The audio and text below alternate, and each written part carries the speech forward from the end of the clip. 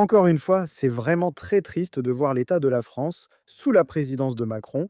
Le pays devient un peu un cas désespéré. Je veux dire, vous avez vu après la finale de la Ligue des Champions, des affrontements violents en France.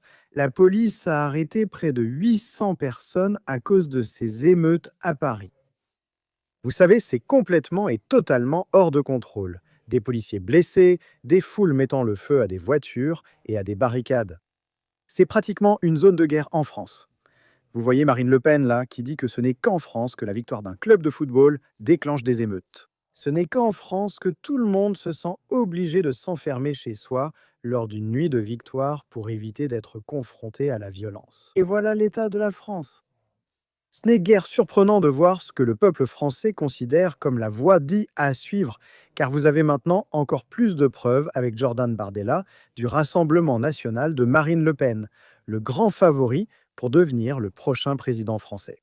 Et aussi, de façon intéressante, Jean-Luc Mélenchon à gauche semble également gagner du terrain. Donc, dans un hypothétique second tour, Jordan Bardella bat l'ancien Premier ministre Édouard Philippe, 52 à 48. Et ici aussi, vous pouvez voir Mélenchon rattraper Philippe en termes de qualification pour ce potentiel second tour. Et quand on regarde ces chiffres, on peut voir ici la réalité de la situation en France.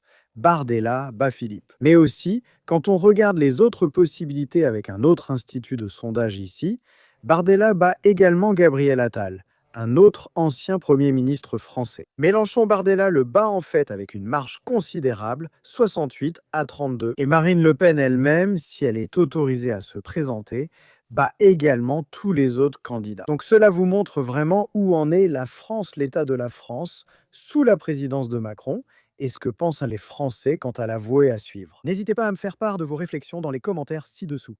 Merci de mettre un petit pouce bleu à cette vidéo et comme toujours, merci d'avoir regardé.